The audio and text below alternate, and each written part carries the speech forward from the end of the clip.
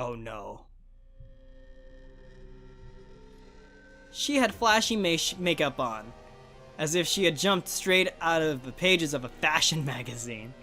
Her blonde hair bulged in large soft puffs. I thought this was her! Like, before, like, she got some weird memory shit implanted in her. And some experiment gone wrong from Matsuda. Oh dear. Her stylishly torn top had a stupidly large cleavage, and her embarrassingly short skirt revealed long, slender, white legs. On first look, she seemed like a normal, cute girl. Her eyes alone were a million light years divorced from normal. Those deep, dark eyes were like a bottomless swamp, and it almost seemed even the darkness of the night could easily be swallowed inside them. The moment I saw those eyes, danger signals started flashing violently inside my brain. Every fiber in my body screamed at me to run away, but at the same time I was captured by the despair-inducing idea that resistance was futile. In the end, I just stood there, transfixed, unable to move. Oh? Why are you ignoring me? Or maybe your default mode is being one of those mute characters. I think this is who I think it is. She had a smile on her face, but it was the wicked smile of a warrior looking down on a foolish weakling before they crushed them. Ah, I got it. She suddenly raised her voice, thrust her index finger straight at my forehead. Well, I know you've been thinking ever since you saw me with my arms crossed. You've been thinking, I haven't crossed my arms in a while. It must be my voluptuous bosom that's keeping me from it. How rude.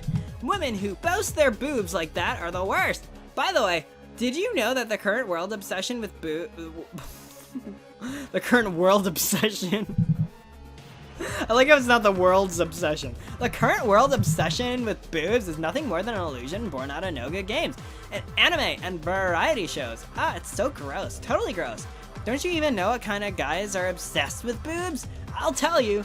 You know those airheaded girls who get pampered in their hometown and then go out in the big city where they're not popular anymore? So they end up taking their clothes off for anyone who gives them the time of day? There are those virgin guys obsessed with that kind of girl and who are not the brightest bulbs in the shed, if you catch my drift. And they only have impressive lower bodies. Their impressive lower bodies going on for them. Is apparently the sentence she said. They're the only ones endlessly obsessed with boobs. Changing the subject for a second, aren't virgins the worst? If it wasn't for the virgin megastore, I really hope this is who I think it is, otherwise this voice is grating. I mean, it's grating either way. There would be nothing good about them at all. But even then, that chain got shut down by the economy. And yet it's still a million times better than actual virgins. Oh, what was I talking about? Oh, that's right, the economy. We should start with government policy. Hey, wait a sec, ouch. She was obviously saying far too much for someone making their first appearance. So I tried to stop her, but she just pushed her finger even deeper into my forehead, making my efforts ineffective. Wait, now I remember, we were talking about boob obsession. Yeah, I hate being pushy, but you should really drop that boob obsession of yours. Obsession, if you prefer Francais. If you... God. I don't even know if I'm reading that right. If you don't drop it, you're gonna get in trouble when you get older. Don't you get it? The larger they are, the more they sag. Or maybe you're one of them. No, you think you can win against the forces of gravity. You think you have superpowers? Do you have superpowers? Should I expect Magneto to come scouting for you? Wait, I said wait a sec. Bugga. I tried being insistent, but this time she thrust her finger straight into my mouth. This has gotta be her. Making my efforts ineffective once more. Firenzio, por favor. Wait, that's not it. What does it mean you want someone to be quiet? Oh, whatever. In any case, shut up and don't interfere. I really love talking, you see. You should act like a good mute girl and just stay silent. It's my turn now. I don't understand what you're saying at all. Saliva started flowing out of my mouth, running through her finger and dropping in a thin thread to the ground. Why is that such a sensually charged image? Like, come on. She didn't seem to mind at all, though. Instead say, by the way, what's your name, mute girl? Hey, she tilted her head looking displeased. Don't mumble, say your name properly. If you don't answer within 3 seconds, I'm gonna follow the 3-second rule and pull your tongue out. She wasn't even done talking before she grabbed my tongue with her fingers. She had tremendous strength, and her tongue, and my tongue was firmly held in place, as if gripped with a vice. Right, 1. She started her countdown. Wait, this isn't a joke? Every pore in my body suddenly opened, making me sweat profusely. Wait, if my tongue is held down, I can't speak. 2. Suddenly, I noticed the notebook I held in my hand and pushed it out in front of her eyes with great excitement. Ryoko Otanashi, is it? But I'm very sorry. She opened her mouth widely and flashed a demonic smile at me. I told you to say her name. I never said anything about showing it to me. Right then. Yeah, 3 seconds are over, so I'll be taking your tongue now. I tried resisting with every... Wait, hold on, what? I tried resisting with every bit of strength in my body, but her nails crudely wedged into my tongue. Ew! Cruelly wedged into my tongue. Inside my mouth, the irony... Oh, that doesn't say irony. That's it. The iron-like taste of blood mixed with that of my saliva, and rapidly drained away my fighting spirit. Her eyes, transfixed on mine, were overflowing with dark despair that seemed to squeeze what hope I had left straight out of me. Had left straight out of me. At that moment, I finally came to accept that resistance was useless. I got a sudden craving for Cold Stone ice cream, and I don't know why. I don't know why I felt the need to even say that. The last of my strength left my body, and my notebook slipped away from my hand. I let my body hang and abandoned hope. Heh! Suddenly heard a laughing voice. Heh! With an ecstatic expression on her face, her cheeks painted red, she laughed a bizarre, mad, overwhelming laugh. With that merciless, savage roar of laughter came to a stop, she finally removed her fingers from my mouth. I coughed madly, spit mixed with blood spewing out of my mouth. LOL, super awesome. By the way, who'd ever want your tongue anyway? Who do you think I am? Some kind of a savage? Cough, cough, cough. I bet you're wondering why I'd do such an odd thing, don't you? Well, to answer simply, I really wanted to see your face full of despair. You see, for me, this is the best kind of introduction you can give. I was still leaning forward. Wait, what? Sorry, I read again, this time 4 lines, and I got very confused, and you're about to find out why. I was still leaning forward, gasping for breath. She wiped her saliva-drenched hands on my back, and continued talking. By the way, I haven't introduced myself yet, have I? I became even more nervous. I had a bad feeling about this, a very bad feeling. My intuition was telling me to stay far away from this girl, but she didn't stop. Instead, she proudly announced her name. My name is Laputa Tenkujo. Laputa Tenkujo? No, this is Junko. This has to be her. Wait, Laputa Tenkujo. Junko. Is her name an anagram of something? Laputa Tenkujo. Laputa Tenkujo. Just kidding! Are you kidding me? She is! It's a joke, you see, a joke. I'm gonna try not to read down ahead. Is this really the time for jokes? I know what you're thinking. You're thinking, is this really the time for jokes? Aren't you? It was like she could read my mind. Jokes are amazing, aren't they? It was Hirobumi Ito who said, only a man who has a sense of humor can live in this world without going mad, you know? No, that was a lie. Hirobumi-chan never said that. I couldn't think of how to reply to that. Instead, I just waited for her to finally tell me her name. For real this time. My name, is Junko Enoshima, under the guise of super high school level fashion girl. And I'm sometimes a charismatic amateur model for fashion magazines. At other times, I'm a charismatic, but that's still a secret. I'm sorry. She stood in the light of the street lamp, stretching her figure like an actress under the spotlight. Junko Enoshima. That's my girlfriend! My ex. Maybe at this time she wasn't my ex. My brain understood that I totally thought Ryoko is Junko. And that an experiment gone wrong from Matsuda is gonna turn her into Junko. I got this way off track, so I think this bitch is gonna die. Oh, that's so upsetting. She's such a sweet little heart. My brain understood that I shouldn't get involved with her, but my body acted on its own. Before I knew it, I picked up my notebook and wrote her name in it. Oh, and what's that you're doing? Junko. I do that way too, like, impassioned. I'm not gonna say I do it well, but I do it way too... Anyway. Enishima-san asked with a curious look on her face. I hesitated, not sure what I should say. Oh, come on. Don't tell me you're going to turn into super mute girl again and keep it a secret. She puffed her cheeks as if she was a little girl trying to show her dissatisfaction. I couldn't help but admire how effortlessly her face moved from one expression to the next. Oh yeah, she do that. New characters have grown out of fashion, you know. Besides, conversation is an excellent communication tool for us humans. So, not using it is kind of a waste, don't you think? This isn't a conversion. You've been spouting nonsense ever since. You should address me by my proper name. Haven't I introduced myself? She chided me in a flat, threatening tone. Enishima-san, everything you're saying is just nonsense. I don't need the san. I just hate that kind of reserved politeness. But I just met you a few minutes ago. Which makes us complete strangers? Haha, you're totally wrong. I mean, we're pen pals, aren't we? Pen pals? You read my letter, didn't you? Isn't that why you're here? A letter? What letter is she talking about? I quickly checked my notebook and soon remembered. And then as soon as I did, I raised my voice in surprise. So it was you? Yep, I'm the beautiful kidnapper who took your memories hostage. Oh god. Oh god, of course she did. Without showing any signs of embarrassment, but also not putting on any air, she ended her sentence with a strange little laugh. But why? You can't just keep asking questions. Think for yourself. So you really wanted to keep me and Matsuda? That has nothing to do with it. Even though I did my best to think of a reason, she rejected it in one swift, threatening motion. Well, whatever. I just don't feel like telling you yet. As she was speaking, Enishima-san picked up the notebook that was still lying on the ground under the tree, ignored the liquid it was soaked in, and shoved it under her cleavage.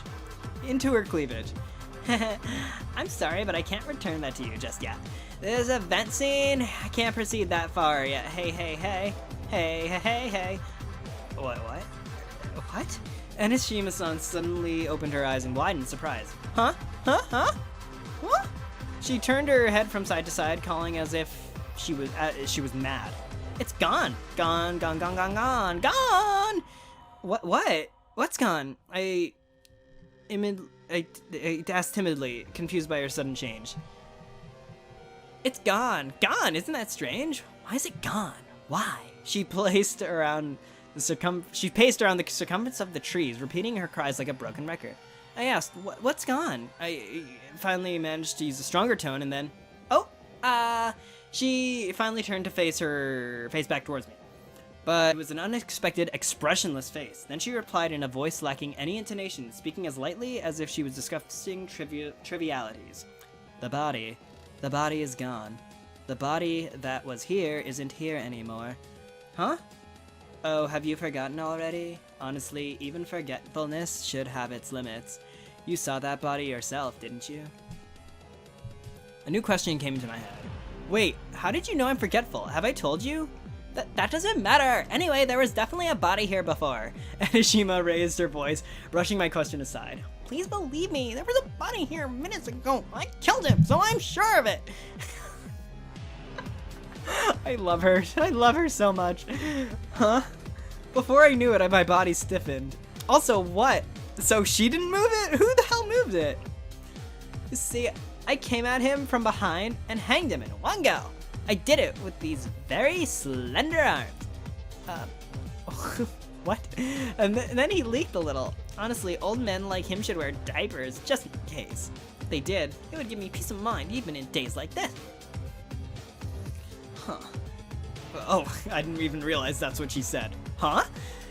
I felt as if a spell of confusion was cast on me. Enishima, on the other hand, went on, gesticulating enthusiastically as she spoke. Tee-hee. To be frank, some of it got on my shirt, and so I went to the bathroom to wash it off, but it seems in the time I was gone, the body took off. It slipped away. Well, it's my fault, getting really scared from a little pee like that. That's why, as punishment, I put that pee-drenched notebook under my shirt just now. Huh?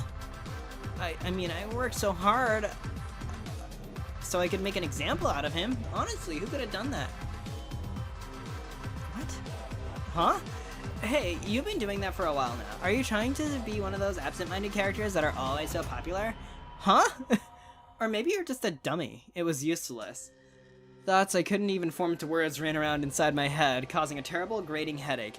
I don't understand a thing. Is killing a person a thing someone can confess so readily? You're wondering how I could confess to such a thing to you so readily. She hit the bullseye once more. That should be obvious. I wanted you to be involved in this. A vague yet extraordinary anxiety unfolded over my entire body. Me involved in this? Wait a second. Why do I have to get involved in such a horrible thing? Huh? I'm asking why... I love that she's doing this.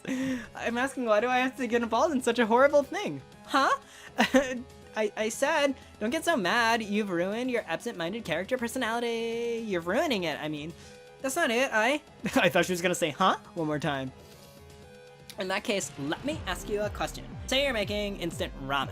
You put boiling water in and then wait 3 minutes, right? But if someone comes and asks you, how come it's 3 minutes? What's going to be your answer? You can't answer that, can you? My thoughts reached a state of unprecedented turmoil. What are you talking about? Don't change the... I'm not changing the subject, it's just the same. Anishima counterattacked with a strong tone of voice. That's just how things are, so that's why I'm doing it. There's no further explanation. But you know, I'm not proud of it, but I am an impatient person. So I often give up before the 3 minutes are up. People think I have a thing for hard noodles, but it's actually because of much deeper reasons. Get it? Do you get it now? My cognition clattered and collapsed, and the inside of my brain completely turned to rubble. Oh yeah, she had that effect on us. I mean you. All that was left was a large number of question marks. I don't understand anything. That was the one and only answer I was certain of. Attempting to understand other people perfectly is a futile activity. Unless... Wait. Oh, no, she's saying this. I wasn't sure if this was a Junko quote. Attempting to understand other people perfectly is a futile activity unless you're aiming for the Ubermensch Olympics. I know that, but nevertheless, her case was extraordinary. I shouldn't have gotten involved with her from the very beginning after all, but it's probably too late yet. Before I get even more involved... That's right, I should run away. That's right, I should run away. Having finally arrived at a simple answer, I promptly turned the other way, kicked powerfully at the ground, and set off dashing away from danger. Almost immediately, I found myself colliding head-on with Anishima. How? I fell down right on my butt. It hit the ground so harshly my entire body went numb. When I looked up, Anishima stood on the road blocking my head. I never even saw her move, and yet somehow she appeared behind me before I even started running. Teleportation? I prefer Shikuchi Jutsu, like the pop culture vibe. Wait, isn't Shikuchi method like what Ryoma did? Alright, I felt like it wasn't just my butt that hit the ground, but rather my anything and everything. It seemed I couldn't escape her after all. I may have convinced myself I have nothing to do with her, or not with it, but she will not allow that. I think you misunderstand the situation, don't you agree?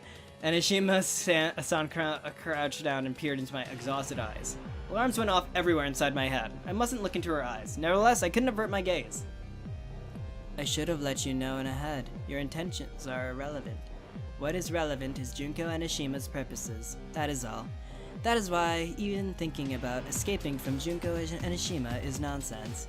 The world itself is a Junko Anishima playground, and everyone in it is merely living in it on borrowed time. I'm not talking everything you own is mine. I'm talking you yourself are mine. The entire world and all mankind are for Junko Anishima to do with as she pleases. Oh, that's her. What? It was the most evil, extraordinary, egotistical doctrine. The kind that causes you to feel sick. If she really means all that, I have to resent my own lack of luck for meeting that girl. Oh well, we should return to what we were talking about, the issue of the dead body. She stood up, recollecting herself, turned to face me and asked me a question. By the way, do you know what Hope's Peak Academy's steering committee is? Hope's Peak Academy's steering committee? Just to make sure, I checked my notebook, but I couldn't find any mention of that phrase anywhere. It seems I honestly do not know what that is, but if she mentions the name right now, she probably means, it seems you breached a conclusion. Sorry, I keep messing up my pronunciation. Let me try it again. It seems you've reached a conclusion. Junko spread both her hands grandiosely, as if she was the master of ceremonies of an extravagant show. Yeah, she is. But bingo, that's right. The dead body that was supposed to be here was a member of Hope's Peak Academy Steering Committee. These guys are much higher ranked than the teaching staff and even the headmaster. That is, they're the geezers who hold this real power in this school. Aren't you excited already? Growing excited all by herself, oh god.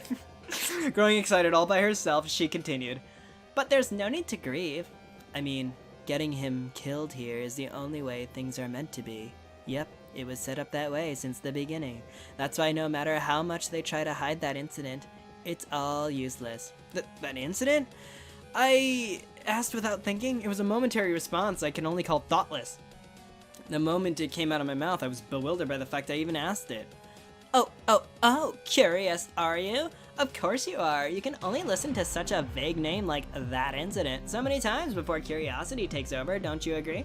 Saying that, Junko struck up a pose, her hands on both sides of her waist as her chest puffed high, and declared loudly, "The worst, largest incident in Hope's Peak Academy's history. That is the true identity of the incident I was talking about." The moment I heard those words, I was assaulted by a sensation as if some strange fervor invaded the inside of my skull. What? My consciousness went number and number with the scorching heat. At the same time, I absentmindedly wrote down those words in my notebook, as if someone was manipulating my hand. The worst, largest incident in Hope's Peak Academy's history. Yep, write down everything you hear. That's a good girl. Enoshima laughed in satisfaction when she saw me do it. You know, you'd make an excellent part-time worker. There's no manager out there who wouldn't tell new workers on their first day to write down everything they're taught. But if someone tried to order me to do something like that, I'd send them straight to hell. I'm not kidding, straight to hell! First I'd finish off their family, and then their friends and acquaintances. And then when they're fully immersed in despair, I'll wait until they come ask me themselves to please kill them. By the way, who are you? I looked up from my notebook in surprise and saw the scowl in her eyes increased considerably. This chapter's long. Her scathing eyes were looking towards me, or something far behind my back. Oh, I see. I turned over at once, but I could not. I see nothing but deep black trees in the middle of the night. I don't know why I trailed off there. Nevertheless, Junko faced the darkness and asked again in a sullen voice. Hey, I asked you who you are. Suddenly I saw something move from the corner of my eyes, then something swayed up slowly from behind the dense foliage. A white mask appeared inside the jet black scenery. It was a human face. Its whiteness was as pure as if covered in white paint. Ha! I guess I've been found out. Along with the voice, a man's silhouette became apparent within the darkness. He had a long, slender body, much like a snake stretching upwards. He wore a pitch black school uniform and had pitch black dark hair. Dropping down his shoulders. Black upon black. The white face peeking out. Oh wait, I don't know who this person is. I thought it was Izuru for a second because of the... Oh, it said pitch black hair dropping down to his shoulders, not down his back. Okay, gotcha. That's not Izuru. The white face peeking from the blackness had small, thin, lizard-like eyes carved into it. My name is Ishiki Madarai. Madarai? I know Madarai. I could... That name sounds so familiar, too. Yuta sounds familiar, and so does Madarai. I could hardly see his mouth move. Is that so? It's not like that really matters, but that's such a lame name. Junko Enoshima is a billion times cooler. I took a sidelong glance at Enoshima, being her usual loud self behind me. She didn't seem much affected by the situation, and flashed a regular, overconfident smile. That is indeed troubling. I have pride in my name. By the way, that is not the only thing troubling me at present. Huh, I wonder what else that could be. I was hoping to talk to you when you were alone, but, well, if it's come to this, I guess I have no choice. Madarai took something out of his pocket while he was murmuring. It looked like a photo. He moved his lizard-like eyes back and forth between us in the photo. I see. So you're Junko Enoshima. And what is your business with Junko Enoshima? She answered without even blinking. I heard a certain rumor. What is it about Junko and Ashima that is transcendently, hopelessly beautiful? There's that, I guess, but Madurai paused. Oh, I was thinking of Mitarai. I don't know Madurai. Paused for a second, and then continued in a completely different tone of voice. I also heard Junko and Ashima was involved in that incident. And that's what you want to talk about. Haha, I'm sorry, but that's impossible. And Ashima wasn't even slightly unnerved, nor did she lose her smile. That's not something a small little fry like you has any right to talk about. Know your place. I thought you'd say that. Well, I guess I won't get what I want easily. And what are you gonna do about it? Are you going to force it out violently? Are you an old-fashioned kind of guy? That kind of trite development should stay inside V Cinema films. Speaking of old-fashioned, I am not the type who would go easy on you just because you're a woman. I hope that's not what you're counting on. Madurai's coercive glare shot through us. Enoshima and Madurai glared at each other in a way that almost made the ground itself shake. Who the hell is he? But this has nothing to do with me, does it? Yeah, for once, I think it doesn't. It shouldn't. Then again, her notebook. This is an issue between that boy who called himself Ishiki Madurai and that girl who called herself Junko Enoshima. I'm not involved at all, so it's okay for my body to stop shaking with fear now, right? Well, then I hope you two are ready because... Well, wait a second. I raised my shaky voice. Both Enoshima and Madurai turned their eyes towards me at the same time. It's strange that you said you two just now. After all, you only have business with... I can't have one of you running away. Anyone involved with Junko and Enoshima is likely to have something to do with the incident themselves, said Madurai, licking his lips. What? Well, if you need someone to blame yourself for getting involved in Junko and Enoshima. With Junko and Enoshima. Furthermore, I've been hearing nothing but complaints, but... What do you think this is a pain for me too? I come prepared for one, and now I have to deal with two. That's twice the labor. But you don't see me complaining, so why don't you just keep it to yourself? What? That was some messed up reasoning. No, that wasn't even close to reasoning at all. It was just overwhelmingly egotistical, but I guess still not as egotistical as she was. I see. You're brimming with deadly motivation, are you? But you see, this girl here is overflowing with deadliness, said Enoshima, stroking my head. Wait, what girl is she talking about? Hey, don't look stupefied. I'm leaving the rest to you. Huh? Leaving the rest of what to who? Your face looks like a fur seal's, but that doesn't matter now. Go ahead and fight him already. That's your role here, you know? But me fighting? What are you talking about? I screamed, brushing her hand off the top of my head. Oh, it's fine. You're a girl who can do anything when you want to. You can even kill when you want to, you know? Hey, enough with that kind of talk. Killing, that's not a word fit for healthy high school girls. Madurai's face became distorted with a sarcastic smile. Oh, he's that type of person. Okay. Hey, enough with that kind of talk. Killing, that's not a word fit for healthy high school girls. Madurai's face became distorted with a sarcastic smile. Oh, not a fan of mutual killing? Who are these characters? Junko scoffed. You're not prepared at all. I'm disappointed. That's just natural. What use are you to me dead? There are many things I seek answers to after all. At the very least, I have to keep your mouths working. Madurai narrowed his lizard eyes even more and repeated, emphasizing his words. But just the mouths. Then his slender body swayed like a flame of a candle and started moving slowly towards us. I guess he really is eager. Of course I am. I've been waiting for this day, this chance, ever since the incident. Madurai pushed out a tightly gripped fist in front of his chest.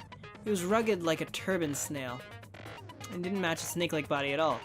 Should someone be hit with that fist, their face would probably cave in like in comic books. What are we going to do? Tears started streaming from my eyes. Guess we'll have no choice after all, Enoshima whispered in a slow, stiff tone, then she suddenly changed back to her regular, cheerful voice. Go ahead. Wait! Don't worry, you're going to be just fine. Enoshima gripped my shoulders like a bully would. I'm going to help you, of course. We'll have you display the full extent of your talent in no time. Huh? Talent? My talent? Yeah, I would love to know. Hey, when you're in trouble, you look in your notebook, remember? Yeah, I turned my eyes down to my notebook following her urges, and then smash, foosh, crack, whoop, switch, ta-ta-ta-ta. Sound effects that should belong in a cartoon reverberated through the area. I looked up back in a conditioned reflex and, Enoshima, who was behind me a second ago, was now a few meters ahead, exchanging violent blows in a fierce battle with Madarai. I've never seen Junko fight. It was always Izuru. So this is cool. Or it was, Mukuro. So this is cool. Bash, Zubaba, Dododoro. Madarai used his long limbs like whips as he attacked. What the hell? His opponent, fashion girl Enoshima-san, who was standing her ground. Where the heck did this fighting action come from? Hey, don't just stand there looking like a pig in shock. Enoshima yelled at me while performing magnificent tripping techniques as if she was a professional gymnast. Write everything down in your notebook. Right then she delivered a perfect kick, sending Madarai down to the lawn with a short grunt. Nevertheless, he turned his long body like a spinning top and recovered from his fall, still spinning, as if he was breakdancing. Whoops! Enoshima-san jumped and dodged, and Madarai took advantage of it. The opening dries back up. Then, without waiting a single second, he delivered a straight right. He was clearly too far away from the strike to hit it, but his bizarre long arms seemed to ignore the distance. Nevertheless, Enoshima, what is his talent? Lizard weirdness? Enoshima dodged his flying fist and in the same movement stepped up and thrust the tip of her right foot into his abdomen. Oh, god damn it, and she wears those heels too. Gafoo! A groan left Madarai's mouth. The tube finally stopped moving. Oh, it worked! The crescent moon kick! I wanted to try it ever since I read about it in a magazine. Enoshima did not pursue the crouched Madarai, instead boasted while grinning broadly. By the way, what even caused the school battle to begin with? Am I just forgetting again, or was it really just completely incoherent? Hey, I told you not to stand there looking bewildered. I was still frozen in place and Junko's irritated voice washed over me. Write everything down in your notebook. What do you think I'm working so hard for? Suddenly her face blew away. A high kick as swift as a whip came from behind, sending her thin body flying like a scrap of paper. What is this scene? I wish this was made into the anime. I raised my voice instinctively and turned my eyes to where her body was headed.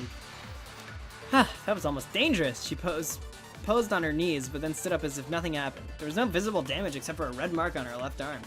It seemed she tried to use that arm to guard against the kick.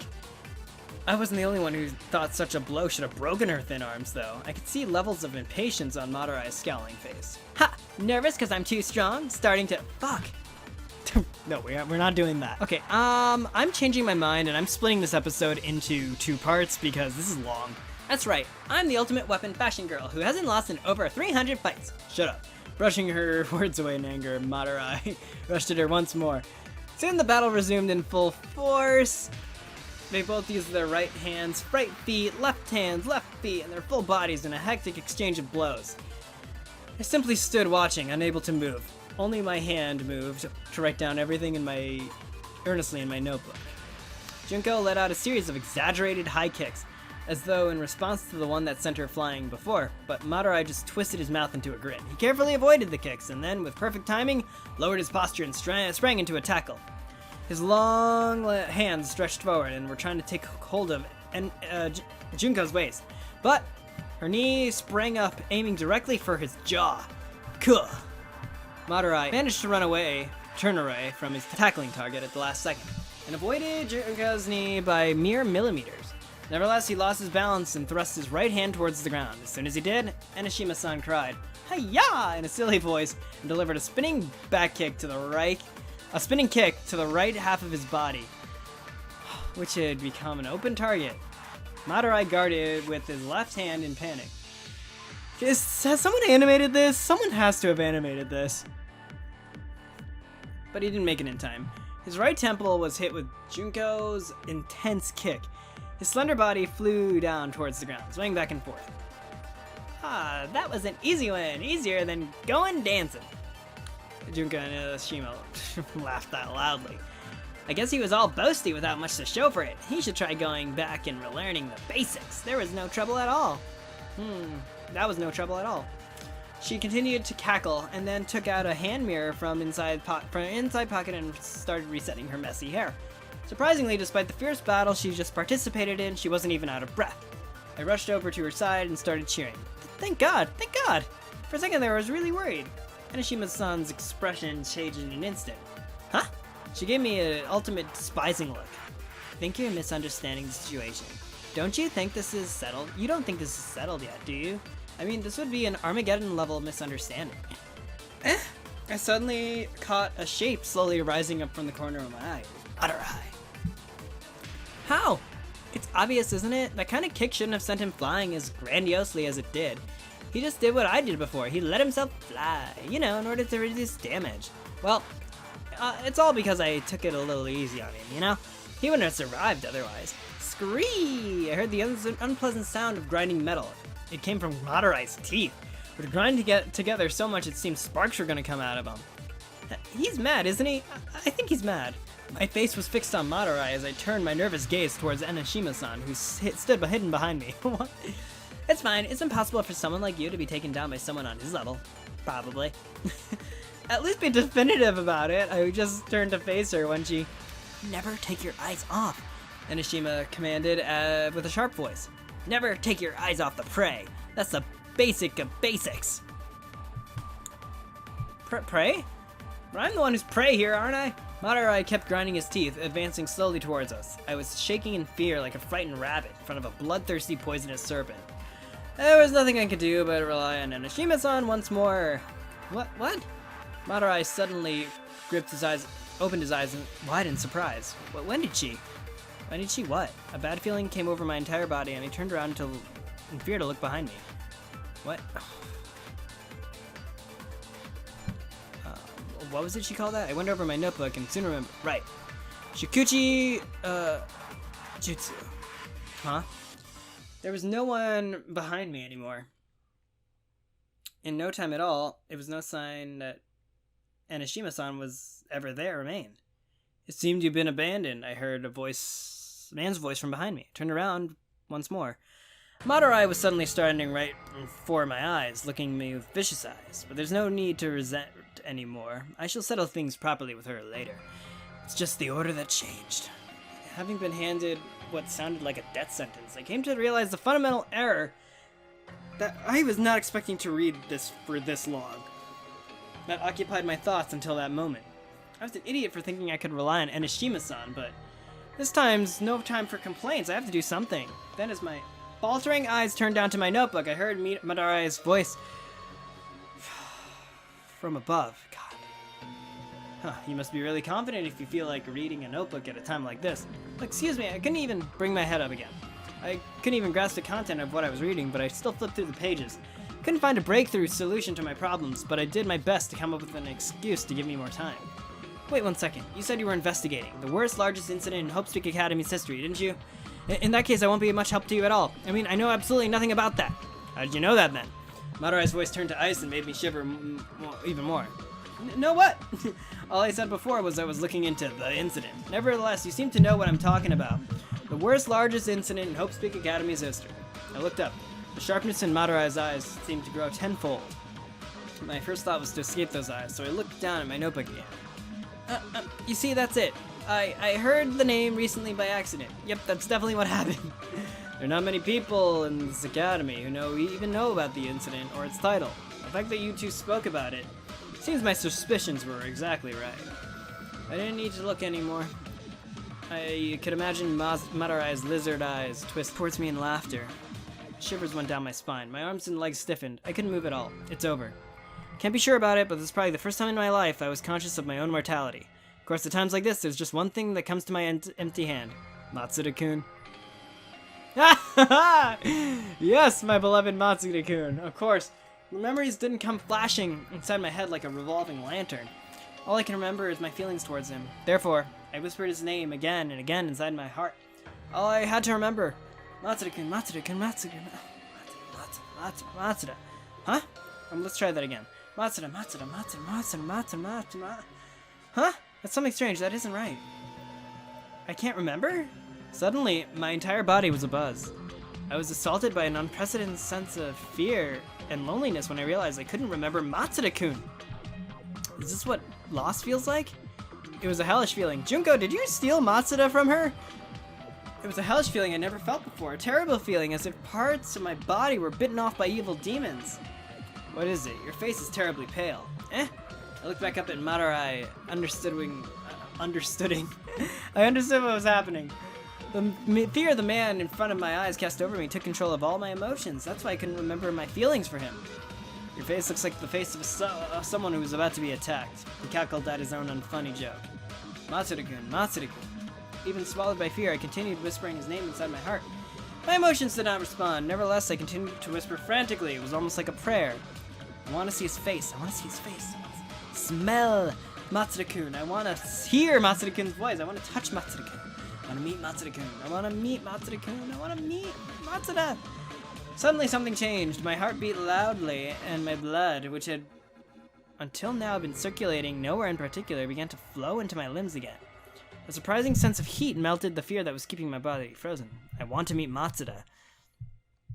I repeated the mantra several more times, and soon completely forgot the fear that was controlling my feelings. I want to meet Matsura-kun. I want to meet Matsura-kun. I want to meet Matsura-kun. I want to meet Matsura-kun. Matsura perceived the change in me and put some distance between us immediately. It seemed that despite his looks, he was a cautious man, and I reclaimed my composure enough to make that analysis. With that newfound composure, I turned back to read my notebook once more. From the beginning. All of a sudden, my eyes stopped at the very first page. There was an explanation of regarding my talent written there. It's strange that I never noticed it until now. It must be the power of love Matsura granted to me. I'm going to meet Matsura-kun. I'm going to meet Matsura-kun. I'm going to meet Matsura-kun. It was no longer my heart's desire. It was now my clear goal, breathing a rekindled fever inside me. Please step away, I declared to Matsura, raising my head from my notebook. I'm going to meet Matsura-kun. Who the hell is that? Never mind. What made you come back to life so suddenly? Love, of course, I yelled in triumph. My power of love for Matsura-kun, I yelled unabashedly. I agree that love is not something to be trifled with. It urges people to take unimaginable actions, and sometimes drives them to madness, though I'm not sure that's what's happening here. In any case, don't stand in my way. I scowled fiercely at Matsura. Or maybe it's desperation that's driving you now. That would be a bother. You can never know what type of desperate people are gonna do.